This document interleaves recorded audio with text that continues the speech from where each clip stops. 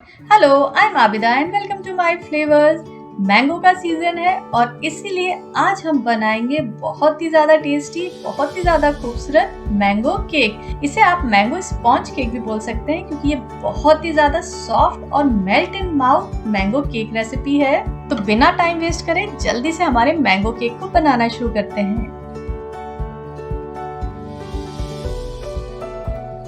तो mango cake बनाने के लिए सबसे पहले इसके लिए हम बनाएंगे बेस। तो बेस बनाने के लिए सबसे पहले हमें करना होगा केक मोल्ड को ग्रीस। तो यहाँ मैंने लिया है 6 इंच का राउंड केक टिन। इस केक टिन को हम बटर या घी की मदद से अच्छी तरह से ग्रीस कर लेंगे और इसके ऊपर इस तरह से पार्चमेंट पेपर या बटर पेपर लगा देंगे और उसे भी बटर से अच्छी तरह से ग्रीस कर लेंगे। तो यहाँ हमारा केक टिन अच्छी तरह से तैयार हो गया है। इसे हम साइड में रखते हैं और इसी के साथ हमारे अवन को भी हम 180 डिग्रीज पर for minimum 10 to 15 minutes pre heat होने के लिए रख देंगे। अगर आप इस केक को कढ़ाई में बेक कर रहे हैं तो कढ़ाई को आप बिल्कुल लो फ्लेम पर लगभग 10 से 15 मिनट के लिए प्री हीट कर दें। अब सुपर सॉफ्ट और सुपर मॉइस्ट केक बनाने के लिए यहाँ हमें लेना होगा 120 ग्राम या आधा कप हंकर्ड। ये सिंपल दही है। इसे मैंने आधे घंटे के लिए चलनी में डालकर रख दिया था जिससे कि इसका एक्स्ट्रा पानी निकल गया है। और यहाँ हमें मिला है बिल्कुल थिक दही। ये दही आपका रूम टेम्परेचर पर होना चाहिए और बिल्कुल भी खट्टा नहीं होना चाहिए। अब इस हंकर्ड में हम डालेंगे 1 टीस्पून विनेगर। विनेगर को इस विस्कर की मदद से हम अच्छी तरह से विस्क कर लेंगे जिससे कि जो हमारा दही है बहुत ज्यादा थिक और क्रीमी हो जाएगा। अब इस दही को हमें रखना होगा लगभग 5 मिनट के लिए साइड में जिससे कि ये अच्छी तरह से फर्मेंट हो जाए। और आइए अब हम छानेंगे हमारे सारे ड्राई इंग्रेडिएंट्स को। तो इस बोल पर इस तरह से हम एक चलनी रखेंगे और अब इसमें हम डालेंगे 125 ग्राम मैदा और मेजरमेंट में ये 1 कप प्लस 1 टेबलस्पून है। इसी के साथ इसमें हम डालेंगे 1 टीस्पून बेकिंग पाउडर, आधा टीस्पून बेकिंग सोडा और बिल्कुल छोटी सी 1 चुटकी इसमें हम नमक का डाल देंगे। इन सभी चीजों को अच्छी तरह से छान लेंगे। छानने के बाद इसे स्पून या विस्कर की मदद से एक बार और मिक्स कर लेंगे। इन्हें भी हम साइड में रखते हैं और आइए अब हमारे केक के बैटर को जल्दी से बनाना शुरू करते हैं। तो केक का बैटर बनाने के लिए यहाँ मैंने लिया है 50 ग्राम बटर। ये सॉल्टेड बटर है और बिल्कुल रूम टेम्परेचर का आपको बटर लेना है। बटर के बाद अब हम इसमें डालेंगे 50 ग्राम फ्लेवरलेस ऑयल और इसी के साथ इसमें हम डालेंगे 120 ग्राम पाउडर्ड शुगर। मेजरमेंट में ये लगभग 1 कप होगा। अब इस चीनी को भी हम इस तरह से छान कर डालेंगे और जो चलनी में चीनी रह जाएगी उसे भी हम इसमें मिक्स कर लेंगे। अब इस चीनी और बटर के मिक्सचर को हमें बीट करना है लगभग 2 से 3 मिनट के लिए। तो आप इस तरह से वायर विस्कर भी यूज कर सकते हैं या आप इलेक्ट्रिक बीटर की मदद से भी इसे बीट कर सकते हैं जो कि एक बहुत ही आसान और क्विक प्रोसेस है। तो लगभग 1 मिनट बीट करने के बाद इस मिक्स में हम डालेंगे 1 टीस्पून वनीला एसेंस और वनीला एसेंस डालने के बाद फिर से इस मिक्स को हम बीट करेंगे लगभग 2 मिनट के लिए। तो यहाँ हमारा शुगर और बटर का मिक्स तैयार है। अब इसमें हम डालेंगे आधा हमारा ड्राई इंग्रेडिएंट्स का पार्ट और उसी के साथ इसमें हम डालेंगे 80 ग्राम या लगभग 1/3 कप दूध। दूध आपको रूम टेम्परेचर का लेना है। दूध और मैदे को अच्छी तरह से आप बहुत हल्के हाथ से मिक्स कर लें।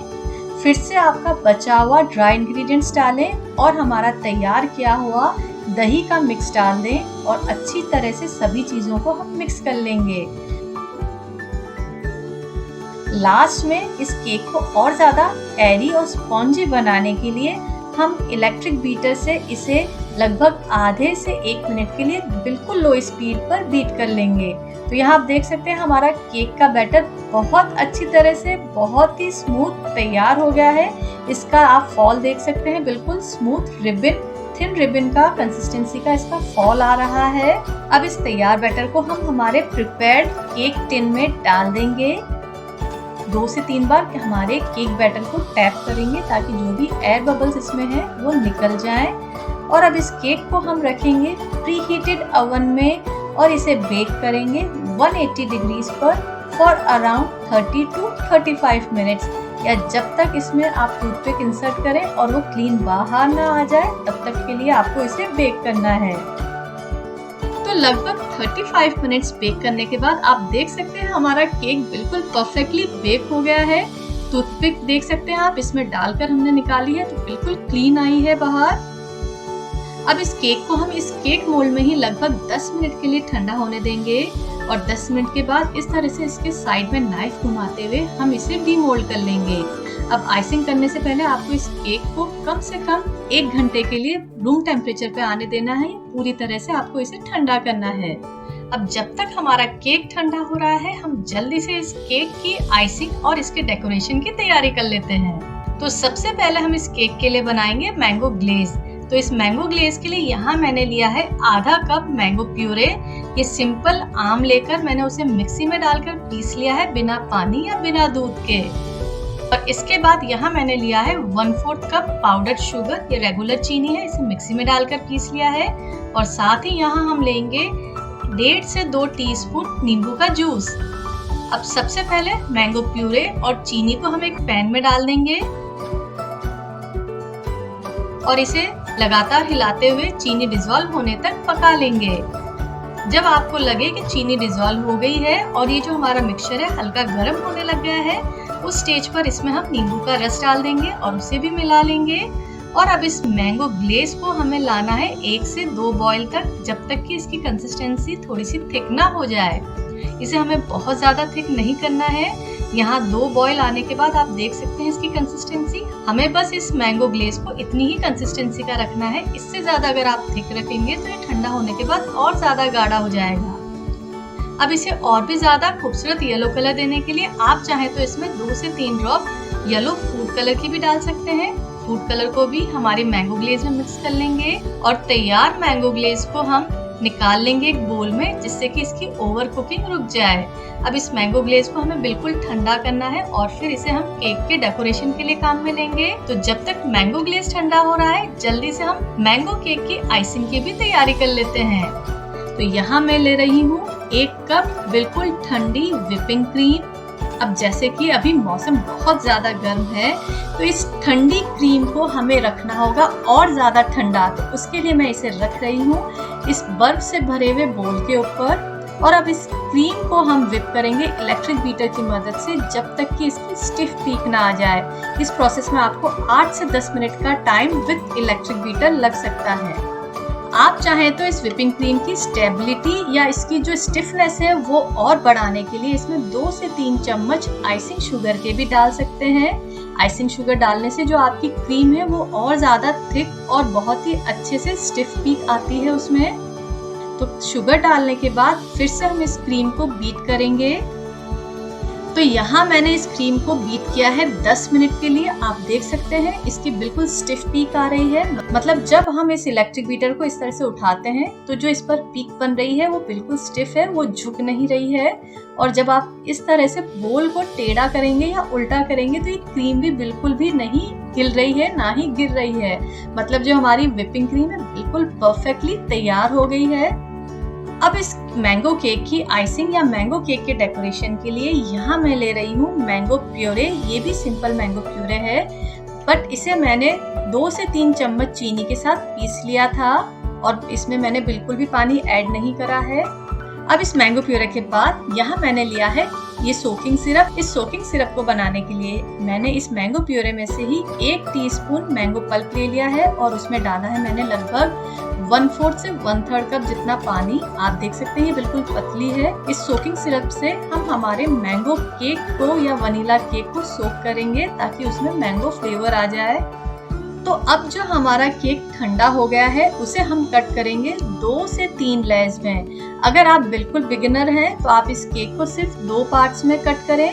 यहाँ मैं इस केक को 3 लेयर्स में कट कर रही हूँ।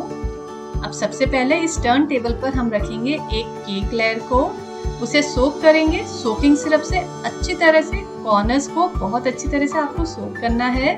सोकिंग सिरप लगाने के बाद इसके ऊपर हम थोड़ी सी व्हिपिंग क्रीम लगाएंगे, उसे स्प्रेड कर लेंगे और इस व्हिपिंग क्रीम की लेयर के बाद इसके ऊपर हम 1 टेबलस्पून हमारा तैयार मैंगो प्योरे डाल देंगे। इस मैंगो प्योरे को आपको सेंटर में ही फैलाना है, कॉर्नर्स में आप इसे नहीं ले जाएं, नहीं तो आइसिंग करने के टाइम ये बाहर निकल जाएगा। और अब इसके ऊपर हमारी दूसरी केक की लेयर रखेंगे और उस पर भी हम सेम यही प्रोसेस रिपीट करेंगे। फाइनली सबसे ऊपर हमारी टॉप लेयर को रखेंगे और उसे भी सोकिंग सिरप से सोक कर लेंगे। अब सबसे पहले इस केक की हमें करनी होगी क्रम कोटिंग, मतलब इस केक के ऊपर हमें एक थिन लेयर लगानी होगी विपिंग क्रीम की सब तरफ। हमें बहुत ज्यादा मोटी लेयर विपिंग क्रीम की नहीं लगानी है, क्योंकि अभी आप जितना भी इसे कोट करेंगे तो जो क्रम्स है केक के वो निकलते जाएंगे। तो यहाँ हमने एक थिन लेयर में इस केक को कवर कर लिया है। अब इस केक को हम सेट होने के लिए रखेंगे फ्रिज में कम से कम आधे से 1 घंटे के लिए। तो लगभग आधा घंटा हो गया है, हमारा क्रम कोट अच्छी तरह से सेट हो गया है। अब इसके ऊपर हम फाइनली हमारी फ्रॉस्टिंग हमने तैयार करी है उससे इस केक को हम कवर करेंगे। तो यहाँ आप देख सकते हैं हमारा केक अच्छी तरह से हमने आइसिंग से कवर कर लिया है। आप चाहें तो इस तरह से केक फोम की मदद से इसके साइड में थोड़ी सी डिजाइन भी दे सकते हैं, ये कम्प्लीटली ऑप्शनल है। अब इस केक के ऊपर हम मैंगो स्लाइसेस से इस तरह से मैंगो रोज बना लेंगे।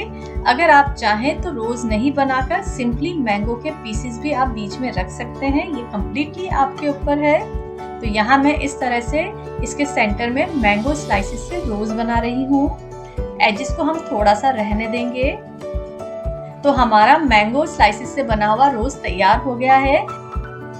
अब इस तैयार केक को हम इस तरह से केक बोर्ड पर निकाल लेंगे और अब इस केक पर हम डालेंगे मैंगो ग्लेज की ड्रिपिंग। तो उसके लिए जो मैंने मैंगो ग्लेज तैयार करी थी उसे इस तरह से हम एक पाइपिंग बैग में निकाल लेंगे। आप चाहें तो अगर आपकी मैंगो ग्लेज थिक हो गई है, उस पर मलाई आ गई है ऊपर, तो आप उसे स्ट्रेनर की मदद से छान भी सकते हैं। मैंगो ग्लेज हमने इस तरह से पाइपिंग बैग में डाल दिया है और अब इस तैयार केक पर हम कॉर्नर्स पर इस तरह से मैंगो ग्लेज की ड्रिपिंग बना देंगे। आप चाहें तो पूरे केक को भी इस मैंगो ग्लेज से कवर कर सकते हैं। तो यहाँ हमने मैंगो ग्लेज से हमारे केक को डेकोरेट कर लिया है। अब जो हमारी बची हुई विपिंग क्रीम थी उससे हम इस केक के कॉर्नर्स को इस तरह से कवर कर लेंगे। तो ये हमारा बहुत ही टेस्टी और बहुत ही खूबसूरत दिखने वाला मैंगो केक या मैंगो स्पॉन्ज केक बनकर तैयार है। आप इस केक को जरूर ट्राई करिएगा और मुझे कमेंट करके बताइएगा ये आपको कैसी लगी। अगर वीडियो पसंद आए तो प्लीज इसे लाइक करें, शेयर करें और चैनल को सब्सक्राइब करना ना भूलें। See you next time with a new recipe. Till then, have a flavorful eating.